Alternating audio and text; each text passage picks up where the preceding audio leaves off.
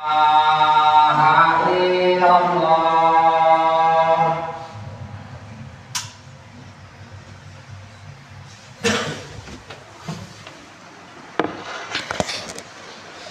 hamdalillah nahmaduhu wa nasta'inuhu wa nastaghfiruh wa na'udzu billahi min shururi anfusina wa min sayyiati a'malina. Man yahdihillahu fala mudilla lahu wa man yudlil fala hadiya lahu. Asyhadu an la ilaha illallah wa asyhadu anna Muhammadan 'abduhu wa rasuluh. Qala Allah jalla fi 'ula, ya ayyuhan nasu 'ubudu rabbakumul ladzi khalaqakum wal ladzina min qablikum la'allakum tattaqun. وقال تبارك وتعالى يا أيها الناس اعبدوا ربكم الذي خلقكم من نفس واحدة وخلق منها زوجها وبث منهما رجالا كثيرا ونساء واتقوا الله الذي تساءلون به والأرحام إن الله كان عليكم رقيبا. وقال جل في علا يا أيها الذين آمنوا اتقوا الله حق تقاته ولا تموتن إلا وأنتم مسلمون. أما بعد فإن أصدق الحديث كتاب الله وخير الهدي هدي محمد صلى الله عليه وسلم وشر الأمور محدثاتها فإن كل محدثة بدعة وكل بدعة ضلالة. Jamaah sidang Jumat yang dimuliakan oleh Allah Subhanahu wa taala. Alhamdulillah kita sampaikan kepada Allah Subhanahu wa taala. Kita selaku hamba memuji dan bersyukur kepada Allah Subhanahu wa taala atas limpahan rahmat kita bisa berjalan menggerakkan kaki kita, melangkahkan penopang badan kita,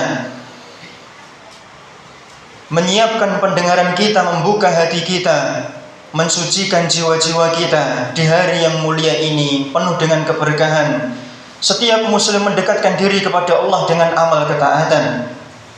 Maka sungguh beruntung setiap mereka yang hatinya teringat dengan panggilan untuk menegakkan sholat Jumat ini. Mereka lalu menggerakkan seluruh anggota badannya yang dimulai dengan hati mereka yang tidak pernah mati untuk mengingat Allah Subhanahu wa taala. Maka sungguh kombinasi yang indah sekali jika apa yang di dalam hati dan apa yang terlihat dalam badan-badan mereka bergerak bersamaan untuk menyongsong dengan apa yang dinamakan panggilan ketuhanan. Jemaah yang dimuliakan Allah Subhanahu wa taala, salam dan salawat kita aturkan kepada junjungan besar kita Nabi Muhammad sallallahu alaihi wasallam, seluruh istri, keluarga, sahabat beliau dan orang-orang yang senantiasa mengikuti jejak yang ditinggalkan, karena tiada akhir yang indah dan tidak ada akhir perjalanan yang bisa menunjukkan kepada kemenangan dan kenikmatan kecuali kita mengikuti jejak-jejak orang terdahulu kita dari kalangan orang soleh. Jemaah sidang Jumat yang dimuliakan oleh Allah Subhanahu wa taala. Pada hari ini kenyataannya bahwa media sosial membuat seseorang itu bisa melihat sesuatu yang viral dengan cepat. Keadaan digitalisasi di zaman sekarang memiliki peran yang sangat hebat untuk orang mengikuti apa yang sedang viral. Maka apa yang diikuti itu ternyata tidak menjamin adanya kebenaran. Maka melencenglah kenyataan kehidupan umat muslim zaman sekarang. Mereka mengikuti sesuatu hanya karena jumlah mereka yang banyak. Melihat bahwa saya mengikuti hal itu karena banyak yang melakukan, namun tidak pernah menimbang mengikuti sesuatu dari ukuran kebenaran. Maka zaman sekarang sesuatu diikuti bukan karena kebenaran hakiki, namun karena banyaknya orang yang mengikutinya di belakangnya. Maka seorang muslim tidaklah seperti demikian. Kita umat muslim, umat Nabi Muhammad SAW, umat Muhammadiyah, umat yang lurus, umat yang mengikuti jejak-jejak kenabian Muhammad SAW. Mereka berjalan di atas bumi dengan melihat panca indera mereka, mendengar dengan pendengaran mereka, mengukur dengan hati-hati mereka, maka tidak mengikuti kecuali dengan dalil Al-Quran dan Sunnah yang sudah dituntunkan. Jamaah, maka kebenaran tidak diukur dengan banyaknya orang yang melakukan. Maka seorang muslim mengikuti apa yang benar itu sesuai dengan dalil syar'i agamanya sendiri. Dengan perkembangan zaman sekarang yang ada, maka seorang muslim harus bisa menyaring apa yang dilihat, harus bisa mempertimbangkan apa yang diikuti oleh manusia banyak. Maka tidak serta-merta jika dia melihat dengan mata penglihatannya Jika dia mendengar dengan telinga pendengarannya, maka tidak serta-merta langsung mempercayai. Maka disinilah awal mula melencengnya diri seorang muslim.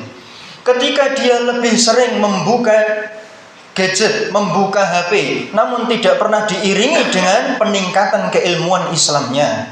Islam itu tidaklah hampa hanya bergerak badannya saja, namun kualitas intelektual dan pendidikan juga harus meningkat. Keislaman tidak hanya cukup dan berhenti dengan mengerjakan amalan sholat, namun jiwa seorang muslim harus dipupuk, harus disiram dengan keilmuan yang bertambah setiap usia dia bertambah. Maka puncak keindahan seorang muslim adalah dia masuk ke dalam agamanya secara sempurna, masuk ke dalam agamanya secara kafah. Bagaimana mungkin seorang muslim mengaku dirinya adalah pengikut Nabi Muhammadiyah, Nabi Muhammad, maka bagaimana mungkin dia bisa mencapai jalan tujuan yang diinginkan Rasulullah Muhammad SAW tanpa mencari keilmuan, kerisalah yang sudah diturunkan dari langit menuju alam dunia ini? Tidak akan mungkin. Jamaah, tidak cukup kita mengerjakan ibadah dengan anggota badan. Betapa banyak sesuatu dibangun, sesuatu ditumbuhkan, dirawat, anggota badan tegar, kuat, ketampanan, memoles wajah terlihat indah, namun betapa banyak di dalamnya penuh dengan kerapuhan, kekosongan. Betul, umat Islam berada di persimpangan jalan. Di era digitalisasi maka harus bisa menyaring. Lalu alat apa yang bisa menyaring? Yaitu dengan keilmuan. Jangan sampai kenikmatan yang Allah berikan ternyata hampa, kosong dari yang namanya peningkatan keilmuan. Kenikmatan tanpa keilmuan adalah sebuah bencana di akhir jalan. Jemaah yang dimuliakan oleh Allah Subhanahu wa taala, Allah berfirman di dalam surat Al-An'am ayat 116, wa in tuti' aktsara man fil ardi yudilluka an sabilillah. Jika seandainya kalian menuruti kebanyakan kemauan manusia di muka bumi, niscaya mereka akan berjalan menyesatkanmu dari jalan Allah Subhanahu wa taala. Betul, maknanya adalah mayoritas bisa menyesatkan. Kita umat yang penuh dengan keilmuan, bukan seperti umat bebek membebek, ekor mengikuti kepala, kepala mengikuti ekor, lalu entah kemana berjalan, hanya mengikuti yang di depannya, tidak tahu apakah jalan itu benar atau tidak. Jemaah, kita tidak seperti hewan peternakan, namun kita adalah umat yang penuh dengan keilmuan.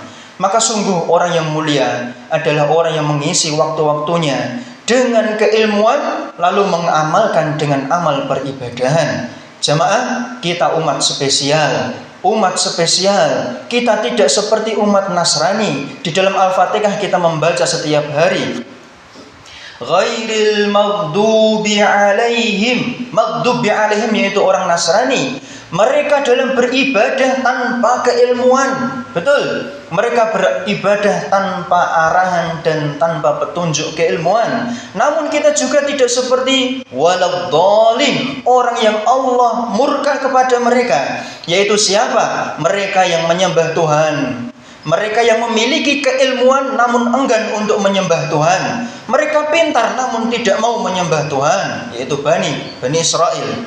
Jamaah, umat Islam adalah umat yang disebutkan di dalam Al-Quran, di dalam Al-Fatihah, yaitu umat pertengahan. Tidak seperti umat Nasrani dan tidak pula seperti Bani Israel, umat Yahudi.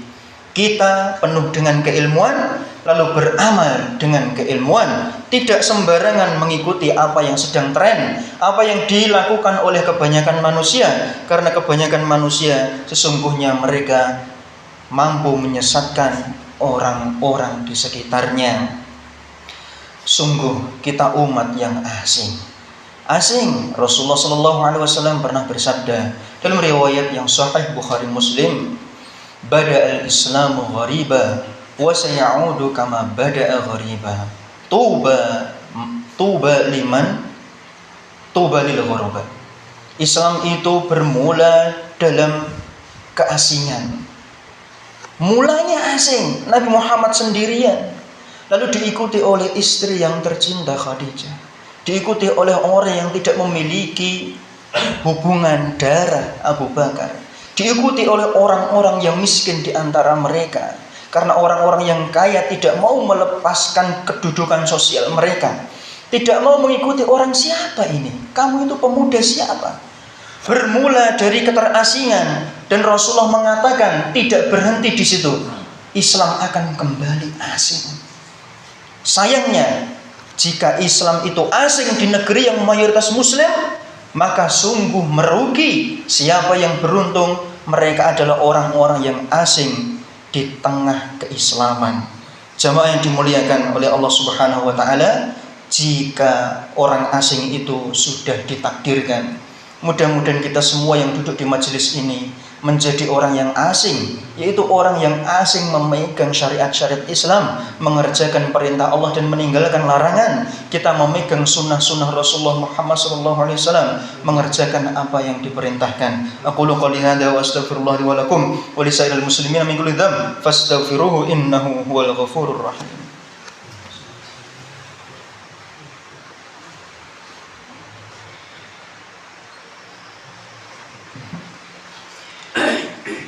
Alhamdulillahirabbil alamin wa bihi nasta'inu ala umuri dunya waddin wassalatu wassalamu ala nabiyyina Muhammadin wa ala alihi wa ashabihi ajma'in. Jemaah yang dimuliakan oleh Allah Subhanahu wa taala, Allah menghidupkan kita di alam dunia penuh dengan cobaan. Berbagai cobaan depan, belakang, atas, belakang, samping kanan, samping kiri penuh dengan cobaan kita untuk melencengkan seorang individu muslim dari jalan yang dibenarkan. Musuh kita adalah musuh anak buah iblis. Musuh kita tidak terlihat, membisikkan di hati-hati kita untuk menjauh dari yang namanya jalan ketuhanan.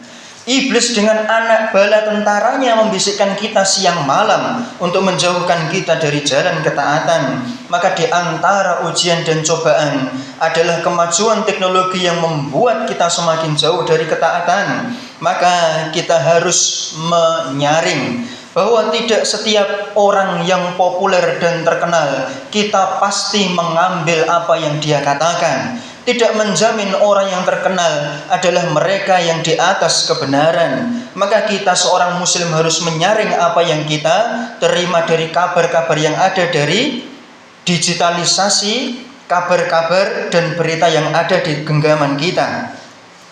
Kita seorang muslim tidak mengukur kebenaran dengan selera-selera hawa nafsu kita. Hawa nafsu kita berbeda-beda. Maka ukuran mana yang akan dijadikan patokan jika sesuatu itu berbeda-beda? Betul, hawa nafsu kita harus mengikuti agama. Agama harus di atas daripada hawa nafsu dan selera kita. Lalu apa yang menjadi ukuran? Yang menjadi ukuran darah Al-Quran dan hadis Rasulullah Muhammad SAW. Lalu bagaimana kita mengetahuinya kalau kita tidak membuka? Mari mulai hari ini kita buka Al-Quran kita. Al-Quran yang akan memberikan syafaat kepada kita. Kita membuka hadis Rasulullah untuk mendekatkan diri kita kepada Allah Subhanahu wa taala. Karena orang yang paling dekat pada Allah Subhanahu wa taala adalah para nabinya, dan para nabi yang paling mulia adalah Nabi Muhammad SAW. Nabi terakhir dan umat yang terakhir adalah umat yang paling mulia, karena kita akan mengikuti nabi kita yang terakhir, sang pembuka pintu surga. Maka sungguh beruntungnya kita jika menjadi hamba dan pengikut nabi umat Muhammad SAW. Namun banyak orang mengaku sebagai umat Nabi Muhammad, namun tidak pernah membuka apa yang dibawa oleh beliau, yaitu Al-Quran dan hadis. Maka kita pegang lagi mulai hari ini Al-Quran yang telah kita tinggalkan bertahun-tahun, mulut yang tidak pernah kita ucapkan huruf-huruf hijaiyah di dalamnya, mulut yang tidak pernah mengatakan apa yang seharusnya kita renungi di dalam hati yang kosong dari tadabbur Al-Quran. Maka ternyata kita harus menjadi orang asing. Betul, orang asing yang jarang membuka Al-Quran dan hadis Rasulullah. Jemaah yang dimuliakan Allah Subhanahu wa taala, terakhir khatib mewasiatkan kepada diri pribadi dan seluruh jemaah kaum muslimin untuk senantiasa mengikuti kebenaran dimanapun berada, menerima kebenaran walaupun itu menyakitkan dada. Karena terkadang sesuatu yang dikatakan kebenaran itu menyakitkan dada. Betapa banyak orang sekedar mengucapkan kalimat hanya untuk menyenangkan orang lain, padahal kalimat itu penuh dengan kekeliruan. Di zaman sekarang kita ini harus bisa menerima kebenaran walaupun itu sakit, kita terima di dalam diri kita. Innallaha malaikatahu yusholluna 'alan nabi ya ayyuhalladzina amanu shallu 'alaihi wa sallimu taslima. Allahumma shalli 'ala Muhammad wa 'ala ali Muhammad kama shallaita 'ala Ibrahim wa 'ala ali Ibrahim barik 'ala Muhammad wa 'ala ali Muhammad kama barakta 'ala Ibrahim wa 'ala ali Ibrahim fil 'alamin innaka Hamidum Majid bi rahmatika ya arhamar rahimin. Ya Hayyu ya Qayyum bi rahmatika nastaghits aslih lana sya'nana kullahu wa la takilna ila anfusina tarfata 'ain. Rabbana zalamna anfusana wa illam taghfir lana wa tarhamna lanakunanna minal khasirin. Rabbana inna nas'aluka 'ilman nafi'a wa rizqan thayyiban wa 'amalan mutaqabbala. Rabbana hab lana min azwajina wa dhurriyyatina qurrata a'yun waj'alna lil muttaqina imama. Allahumma inna nas'aluka al-huda wat tuqa wal 'afafa wal ghina. Rabbi fir lil mu'minina wal mu'minat wal muslimina wal muslimat al ahya'i minhum wal amwat. Allahumma arinal haqqa haqqan warzuqna ittiba'ah wa arinal batila batila warzuqna ijtinabah. Rabbana atina fid dunya hasanah wa fil akhirati hasanah wa qina adzabannar. Subhana rabbika rabbil izzati amma yasifun wa salamun alal mursalin walhamdulillahi rabbil alamin. Aqim